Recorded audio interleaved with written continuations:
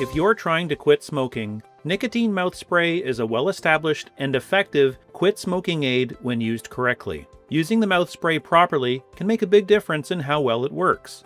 Here's how to use it. Step 1. Unlock the mouth spray. Slide the black button down with your thumb until it can be pushed slightly inward.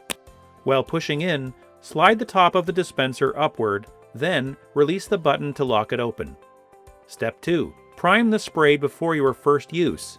To do this, you point the nozzle away from you and other people and pets and press the top firmly. Repeat until a fine spray appears. If you haven't used it in 2 days or more, you may need to prime it again.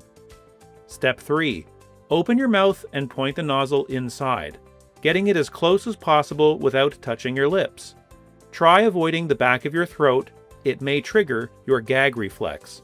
Step 4. Press the top to release one spray into your mouth. Avoid your lips and try not to breathe in while spraying. For best results, don't swallow for a few seconds after spraying. This gives the nicotine time to absorb in your mouth and not go down your throat.